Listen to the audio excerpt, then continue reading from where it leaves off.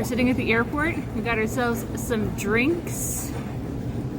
That's fine.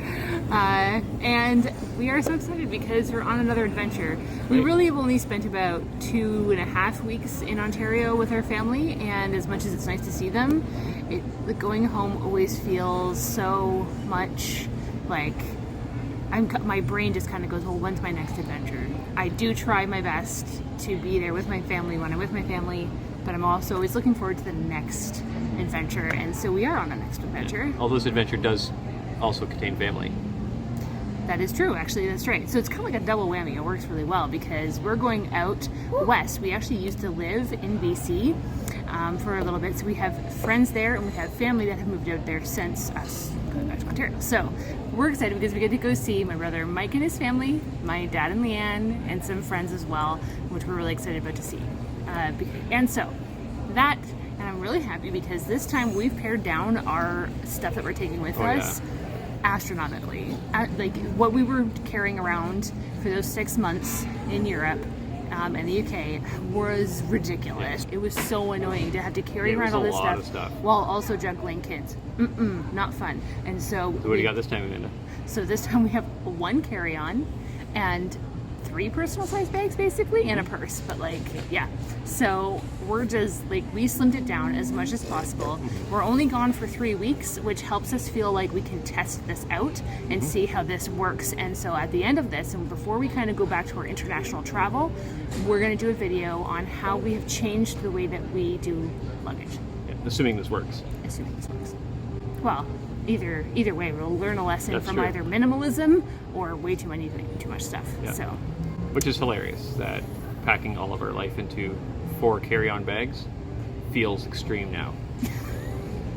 Hi, I'm Nathan, and this is Amanda.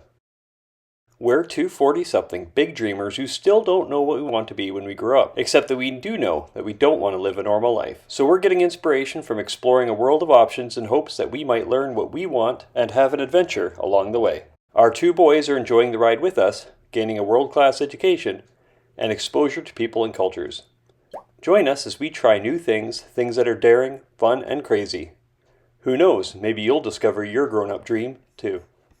Today, we're bringing you on our 2,200-kilometer road trip through 2 Canadian provinces and across the Rocky Mountains, a 5-day round trip beginning and ending in Vancouver, BC.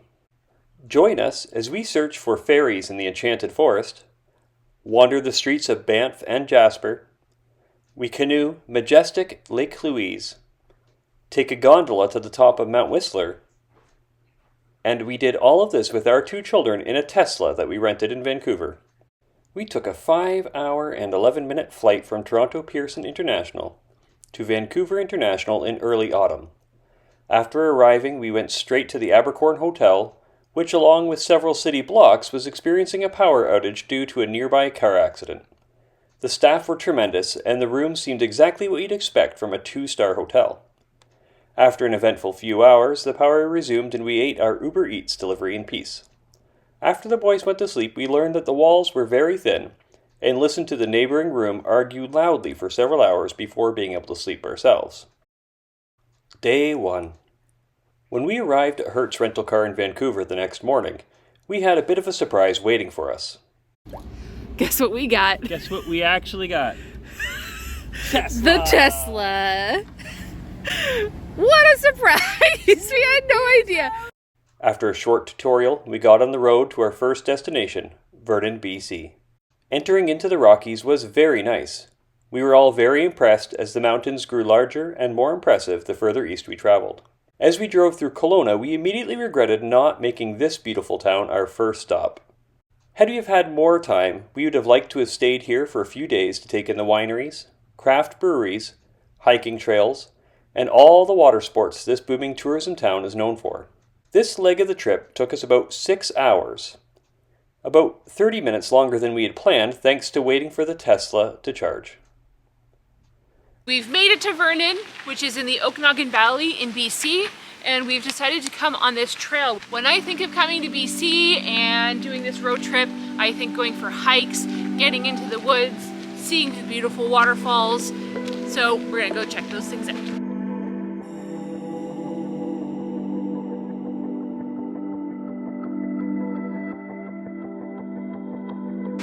there's stairs here, so I think we're gonna find a waterfall down at the bottom.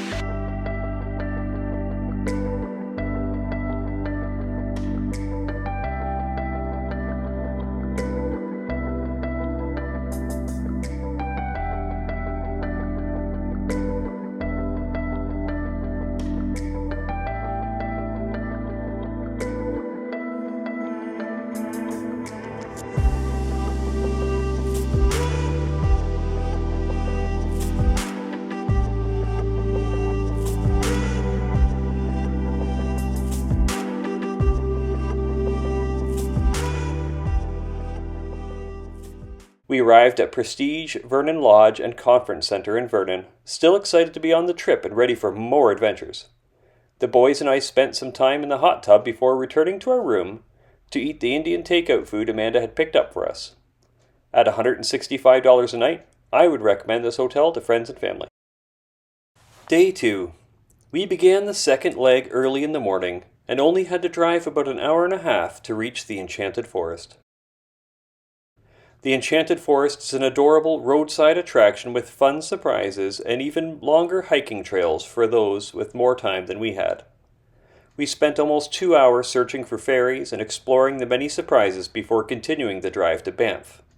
I suspect one could spend an entire day here.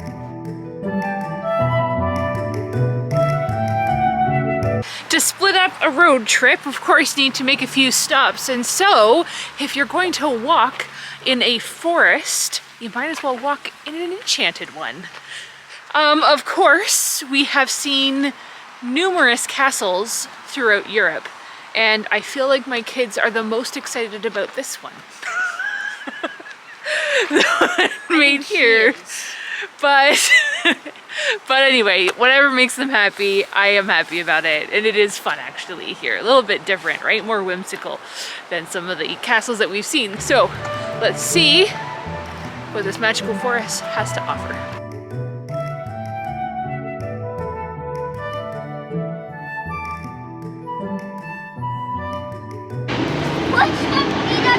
No! Let's go to the castle and see a wizard who can move! Get! You see it? That one. Cut my head off. Oh, there is a wizard.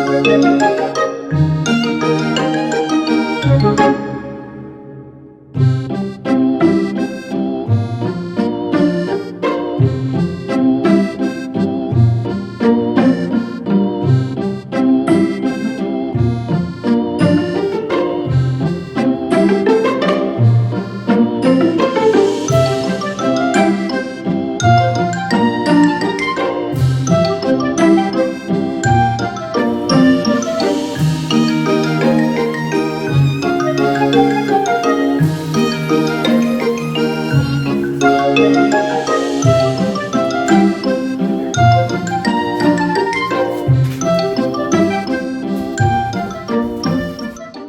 scenery along the road continued to grow more and more impressive as we neared Banff, and we stopped a time or two to take in the beautiful scenery, turning our 6-hour drive into 9 hours from Vernon to Banff, including our time in the Enchanted Forest. We're in Banff! Banff itself is amazing. Being founded in 1885, it is Canada's first national park, and it's certainly one of its best well over a century later. There is a ton of shopping and eating that one could do here. It would be easy to spend a day just window shopping and enjoying the local cuisine. But the real reason to stop in Banff is to take in the local scenery. On one of its many hiking trails, bear encounters, glacier walks, and wandering the nearby lakes. Sadly, we didn't have any time to take advantage of all the things Banff had to offer, but it would have been easy to spend 4 or 5 days here. After the sun went down, we drove just a little bit further to Canmore, where we stayed at a cabin at the Rundle Mountain Lodge. It was a fairly basic cabin, but clean and a good size for the money. At $185 a night, we might look elsewhere in the future. Day 3, and on this day, I get to check off one of my major Canadian bucket list items, and that is to go see Lake Louise. I'm so excited. It's going to be beautiful, and it's another sunny day. You get to come along with us to see Lake Louise. Yep, and we're going to try to spot the Loch Louise monster.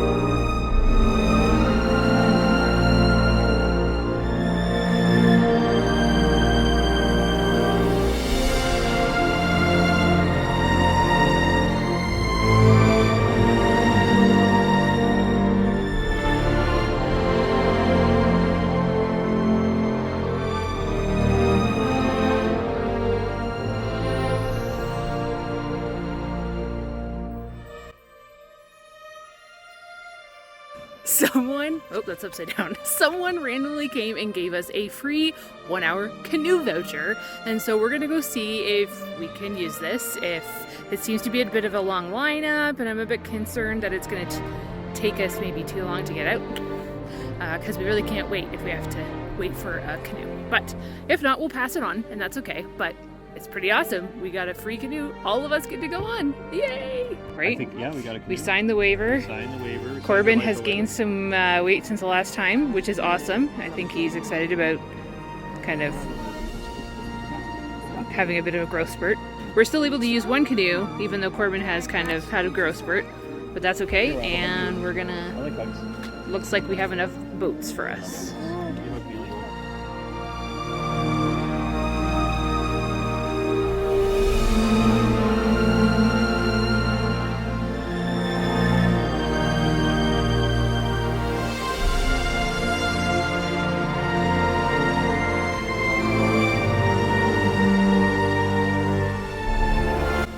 In a canoe on Lake Louise. Oh my god! A free canoe on Lake Louise. It costs $145 to do this canoe ride, and we got it for free because somebody gave it to us. There's no way we would have done this. Thank you, random strangers. Thank you, random strangers. That's amazing. That's so amazing. And that's escort.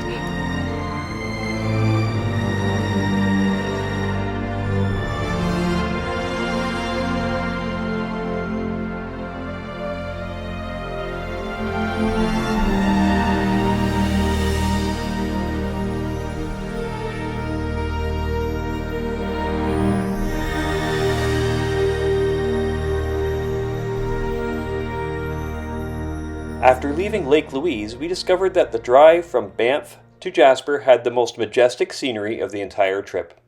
Each bend revealed marvel after marvel, and the drive from Canmore to Jasper took us 4 or 5 hours thanks to a Tesla charge at Lake Louise. Jasper itself was not as nice as we hoped it would be. The stores were spread out all over town. The mountains were more of a backdrop than something that was nearby. We stayed at Malign Lodge, which honestly felt more like a 1-star roadside motel than a 2-star hotel we hoped it would be. Had we known this, we would have spent more time in Banff and Lake Louise before spending just one night in another hotel. At $160 a night, we felt like we overpaid considerably. After a stressful deliberation, we decided to drive to Blue River on our way to Kamloops to go to a destination charger, rather than going back the way we came. We knew going back would have added 4 or even more hours to our trip, and we couldn't imagine that a charger could take that long. We were wrong. When we were surprised at Hertz Car Rental and they gave us a Tesla, at first we were really excited. We would never normally go for a Tesla. I mean, we wouldn't pay the extra money to rent one unless it was for a short trip somewhere maybe, but it was never really on our agenda. And so having the opportunity to try a Tesla was quite intriguing. I did ask the person before we left if it was going to work in the mountains because I knew that we were going to be coming here. And he said, oh yeah, there's chargers everywhere. And while that is technically true, there are chargers in lots of places. A lot of chargers take a long time to actually fill your vehicle. The superchargers take about 30 minutes to 45 minutes, depending on how low you are. But these chargers here, this one here, if you can't find a supercharger one, then this one is going to take us about 3 hours to charge to about 20 to 30%, which is what we need to be able to make it to the next destination. So after wasting a day in a gas station, the car was charged just enough to get us to Kamloops, where we stayed at the Thompson Hotel.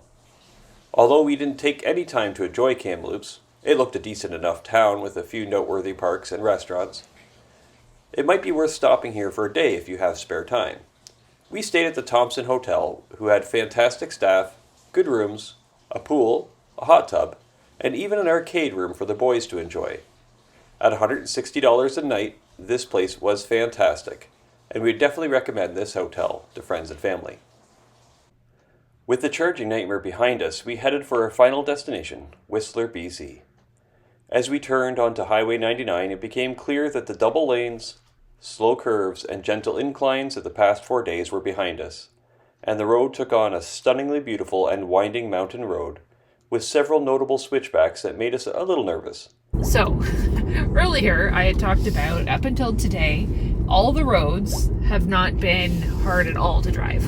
I mean, the Trans-Canada is pretty easy to drive, I would say, right? I think they keep you kind of low, very good guardrails everywhere, so I've not been scared whatsoever. Now, today, day 5, going between Kamloops and Whistler is a little bit of a different story. The roads are very windy, and they definitely go up and down the mountains a lot more. And for me, that's a little bit more scary. It's really not too bad. They have lots of guardrails here. However, there have been spots without them with a bit of a drop beside you. I mean, there's a bit of a shoulder, so, as long as you're just driving on normally, you're fine. It's just feels a little bit intense. And so, but here, tons of guardrails. That is very helpful. If there was no guardrails, I'd be terrified right now. Terrified. But I'm all right. I also do better when I'm driving, being in control and whatever else. But yeah, so this is beautiful. Don't get me wrong. Absolutely gorgeous to be able to see. I enjoy a bit of a windy road. However, this might be a bit much because I think we have a kid in the back that feels like it's a bit much. A little too windy. Feeling a little sick. It's always harder in the back seat. It's definitely harder in the back seat. So, just keep in mind if you're somebody who gets sick, it might feel a little bit when you're coming through this part, but it's beautiful, and I think it's worth it. It's a beautiful spot to get through, so. Yeah, and this spot in particular is Highway 99. After 4.5 hours of winding roads, gorgeous views, and a little car sickness, we arrived in Whistler and were ecstatic to learn that it was not only as beautiful as Banff, but in several ways it was even nicer. Having been the stage for the 2010 Winter Olympics, it is clear that a lot of work has been put into making this spot into something of a marvel. Like Banff, there is a great deal of shopping and restaurants to enjoy. But don't let it distract you too much from all the amazing wilderness and activities you can enjoy here. We took the gondola up to take in the views, and even after the $32 worth of drinks, we didn't regret it. We could have easily spent a week in Whistler, and will definitely return here in the future. As we drove the final 2 hours to our hotel in Vancouver, we watched the sun set behind the coastal islands and realized that our road trip had come to an end. We stayed at the Holiday Inn Express Hotel and Suites in Richmond, which had very clean rooms, a pool, a hot tub, comfortable beds, quiet, and it was high-ceilinged. A perfect place to stop and relax after a busy 5 days, and quite near the ferry to Vancouver Island where we intended to cross the following day. This 5-day road trip was a whirlwind and could have been better planned as a 7 to 10 day road trip for those with a little more time than us, and maybe even a full 3 weeks for those with time to spare. Let us know if you've ever experienced the Rocky Mountains, and let us know your favorite stops along the way in the comments section below. Remember to like this video and subscribe to our channel for more interesting places and road trips along the way.